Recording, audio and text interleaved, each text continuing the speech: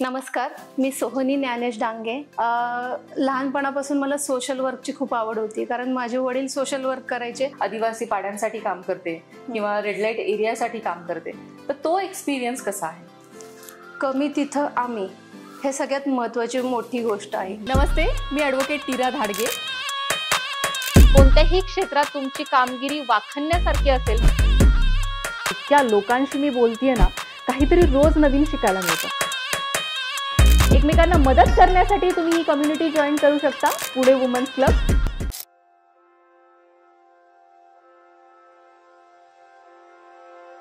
नमस्कार, मी ॲडव्होकेट नीरा धाडगे तुमचं सहर्ष स्वागत करत आहे पॉडकास्ट विथ नीरामध्ये। महिला जेव्हा एकमेकांना मदत करतायत आणि पुढे येत आहेत, अशा कित्येक उदाहरणं मी आज तुमच्या समोर घेऊन आलेली आहे।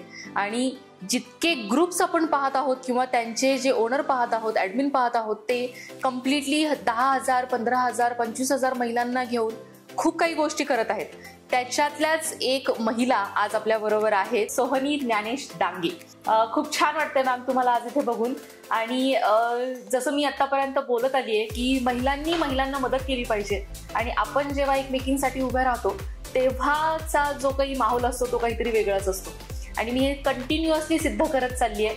आपल्याकडे आतापर्यंत इतक्या वेगळ्या वेगळ्या क्षेत्रातल्या लोक येऊन गेली आणि खूप ॲडमिन येऊन गेले। फेसबुकच्या आपण आता सध्या जमान्यामध्ये आहोत, तर खूप सारे ॲडमिन येऊन गेले आणि सगळ्यांचं म्हणणं हेच आलं की सगळ्यांनी एकमेकांना मदत केली पाहिजे। आपण असं एकटं बरोबर जाऊ शकत नाही, वरती जाऊ शकत नाही। तर तुमची आमच्या ऑडियन्सला ओळख करून द्या। नमस्कार, मी सोहनी ज्ञानेश डांगे। ॲक्च्युली मी मूळची कोल्हापूरची आहे आणि कोल्हापूर पासून जो आतापर्यंतचा प्रवास मी थोडासा तुम्हाला सांगेन, नक्की मला आवडेल तुम्हाला सांगायला। तर मूळची कोल्हापूरची, लहानपणापासून मला सोशल वर्कची खूप आवड होती, कारण माझे वडील सोशल वर्क करायचे। तर मी ते पाहत असायचे की वडील कशा प्रकारे लोकांची मदत करतायत, त्यांना कसं नोकरी लावतायत, कुठं काय अडलं, ह्या सगळ्या गोष्टी म्हणजे उपजत त्या आमच्या घरामध्ये ते एक वातावरणच होतं की समाजसेवा कशी करायची। बरोबर। आणि त्या ह्याच्यात मी वाढले होते। पण कसं आहे, एक सुखानंतर दुःख, दुःखानंतर सुख, तसं अचानक आमच्या म्हणजे जीवनामध्ये एक असा प्रसंग आला की माझे वडील वयाच्या माझ्या 10व्या वर्षी गेले आणि 3 बहिणी आणि माझी आई, असा आमचा चौघींचा प्रवास त्यानंतर चालू होता। मम्मीला खूप त्रास व्हायचा। समाजामध्ये एक स्त्री जे विधवा आहे आणि तिला हा सगळा प्रवास नवऱ्यानंतर करणं खूप जड होतं, ते आम्ही पाहत होतो। आणि त्या परिस्थितीमध्ये आम्हाला खूप काही शिकायला मिळालं, म्हणजे आम्ही खूप स्ट्रॉंग झालो त्या परिस्थितीमध्ये। आणि नेहमी मम्मी म्हणायची की तुम्ही शिकलं पाहिजे सगळ्यांनी। माझी मोठी बहीण BSc B.Ed झाली आहे, त्यानंतर माझी दुसरी बहीण आहे ती ग्रॅज्युएशन झालेलं आहे तिचं। आणि मला पण सोशल वर्कची आवड, पण कसं आहे, शिक्षण कम्प्लीट केलंच पाहिजे। तर ते शिक्षण घेता घेता SYला असताना माझं लग्न ठरलं। कारण सगळ्यात लहान मी 3 बहिणीमध्ये, तर SYला असल्यावर लग्न ठरलं। त्यानंतर घरची परिस्थिती हालाकीची असल्यामुळे सगळ्यांनी निर्णय घेतला की नातेवाईक होते, ते म्हटले की नाही, चांगलं स्थळ आहे तर आपण लग्न करायला हवं। बरोबर। तर आम्ही स्वतः कमवायचं, स्वतः शिक्षण करत होतो, पण शिक्षण कुठेही थांबवलं नव्हतं। पण चांगलं स्थळ आल्यामुळे मला लग्न करून पुण्यामध्ये यावं लागलं। आणि लग्न झाल्यानंतर मी एक अशी खूप म्हणजे मातीचं मडकं होते की मी इथून कोल्हापूरमधून पुण्यात आले आणि मग मला सगळ्या गोष्टी नवीन होत्या, म्हणजे मला काहीच माहित नव्हतं। मी घरामध्येच होते, मला कुठल्याही जगाचा अनुभव नव्हता किंवा लोक समजत नव्हती। तर लग्नानंतर माझ्या मिस्टरांचा मला खूप सपोर्ट भेटला, म्हणजे माझं सगळं श्रेय आतापर्यंत मी माझ्या मिस्टरांना देते। कारण प्रत्येक यशस्वी स्त्रीच्या मागे तिचे कोण ना कोण तर पुरुष असतो, तसे माझे मिस्टर माझ्या मागे आता पण ते इथं आलेले आहेत माझ्यासोबत। नक्कीच मला हे पण सांगायला आवडेल, आणि नेहमी ते माझ्या सपोर्टला असतात आणि माझी सगळी ताकद ते आहेत। आणि मी जे काम करते ना, ते माझी ऊर्जा आहेत आणि प्रत्येक ठिकाणी ते माझ्या हातात हात धरून, खांद्याला खांदा लावून ते नेहमी सोबत असतात। आणि त्यानंतर लग्न झालं, जॉईंट फॅमिली होती माझी।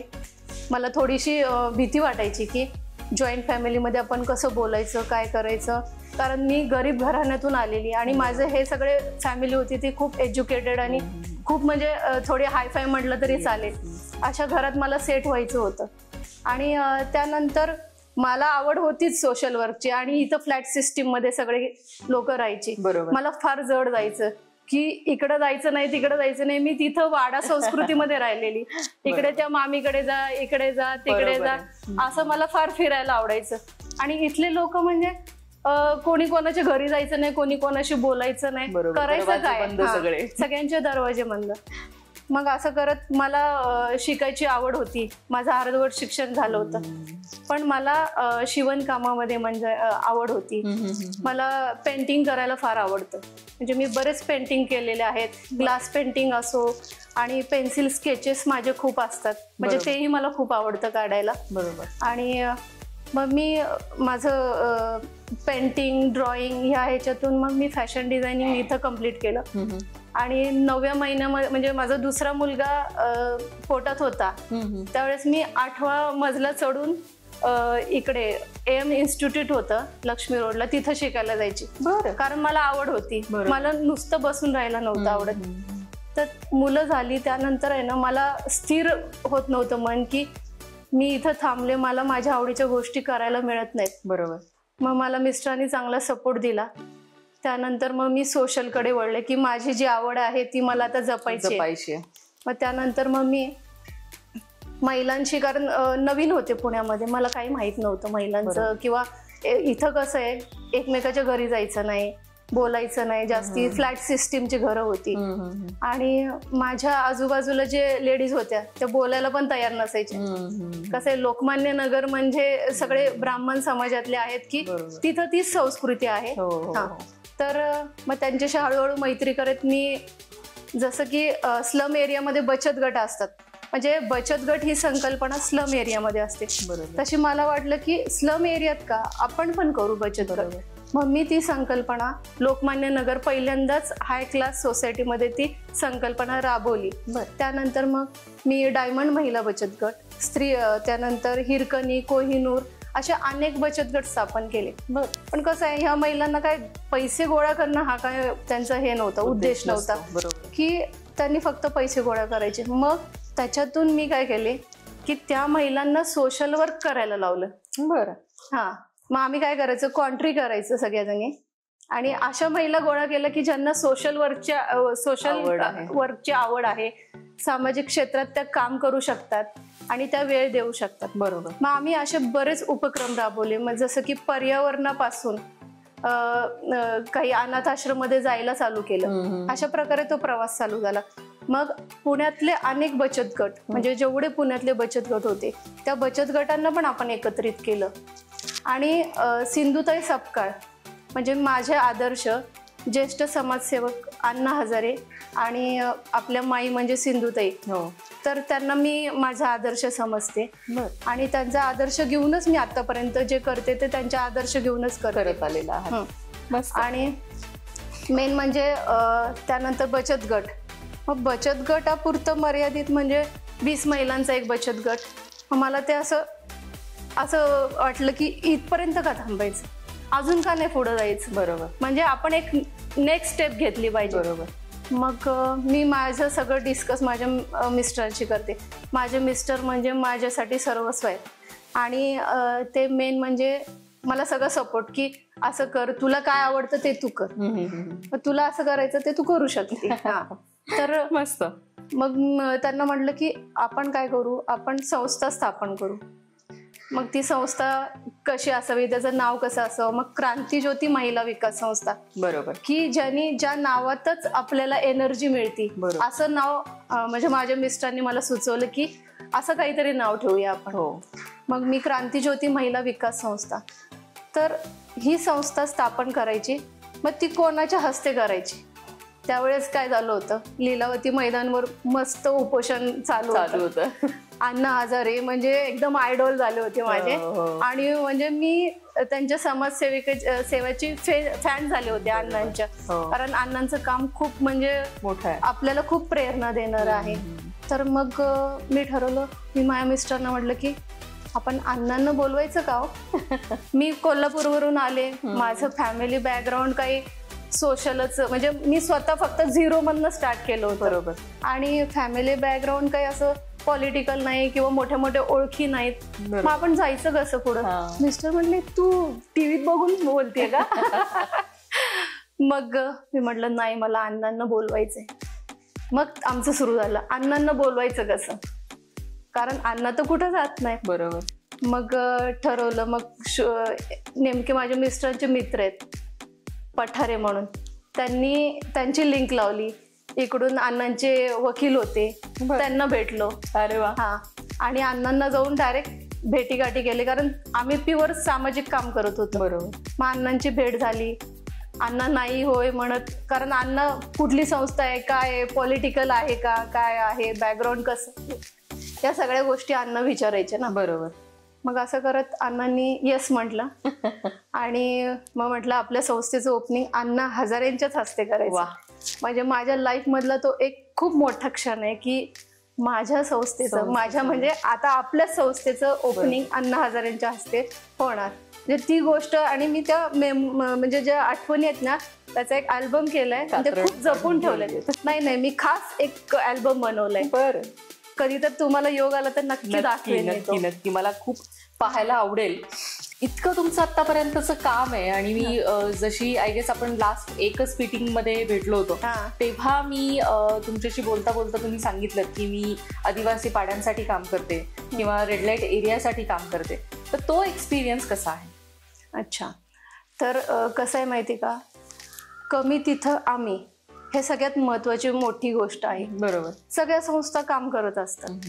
प्रत्येक संस्थेचा एक मोटिव्ह असतो की आपण ह्या क्षेत्रात काम करायचं, आपण या क्षेत्रात करायचं. बरोबर. पण जिथं खरंच गरज आहे, मी एक महिला आहे, तर मी महिला म्हणून मी काय केलं पाहिजे आणि कुठं कमतरता आहे, कुठल्या लेडीजला कुठल्या गोष्टीची गरज आहे. बरोबर. तर रेड लाईट एरियामध्ये मी, म्हणजे माझा एक प्रसंग घडला की लोकमान्य नगरला राहायची आणि लक्ष्मी रोडला वगैरे येताना मला नेहमी तो एरिया दिसायचा. मग मिस्टरांशी बोलायची ना मी येता की ह्या अशा का थांबलेल्या आहेत, तर त्या सगळ्यांना अशा बोलवायच्या.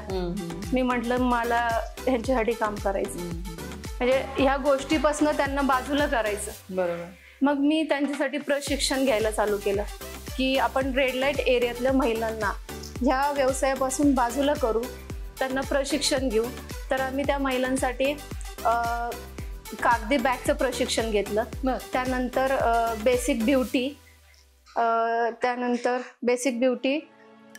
कागदी बॅग, त्यानंतर क्लिनिंग मटेरियल, सोप मटेरियल, अशा बरेच गोष्टींचं प्रशिक्षण, व्यावसायिक प्रशिक्षण आपण घेतलं.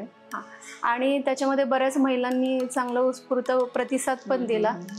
आणि आणि मेन म्हणजे स्प्रे, परफ्यूम जे आपण घरी बनवू शकत नाही. बरोबर. तर त्यांना आपण खास बनवायला शिकवले.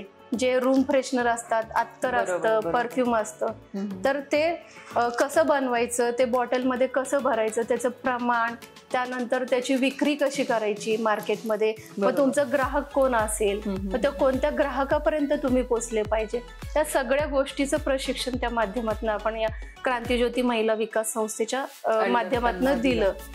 आणि त्याचा प्रतिसाद पण खूप चांगला मिळाला.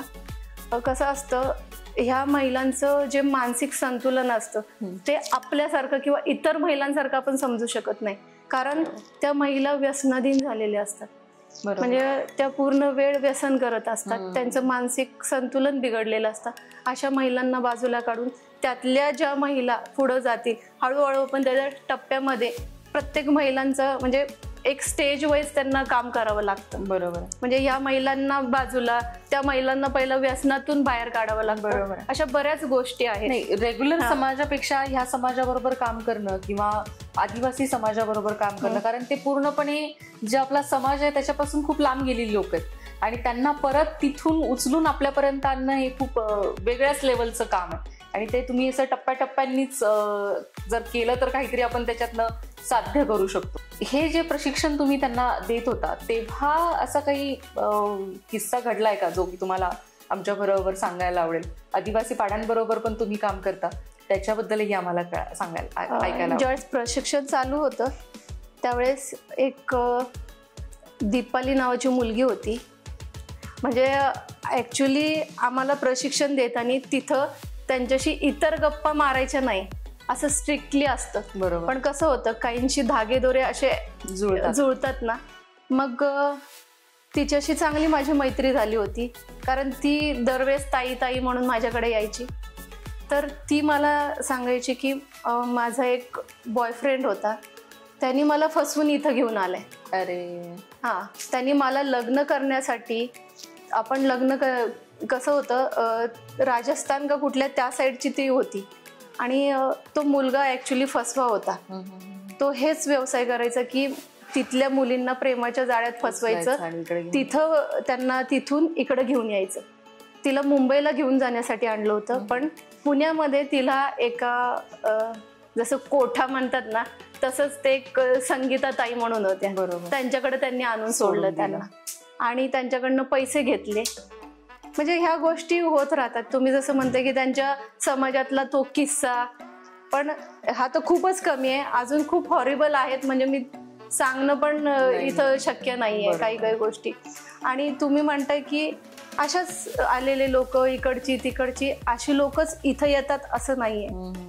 समाजामध्ये आपला समाज इतका हे आहे, मागासलेलाच म्हणू शकते मी, की स्लम मधल्या महिला थोड्या पैशासाठी रात्री इकडे येतात.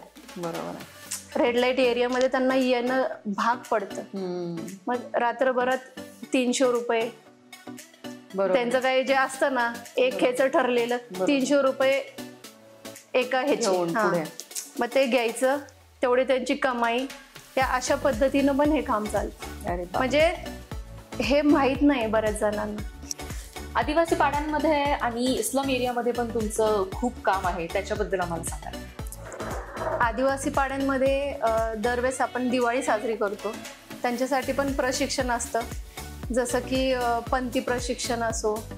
आणि दरवर्षी म्हणजे मी माझ्या घरी दिवाळी साजरी नाही करत, पण पहिल्यांदा आदिवासी लोकांसोबत साजरी करते. कारण आपल्या संस्थेचं वाक्यच आहे, मनुष्य सेवा हीच खरी ईश्वरी सेवा.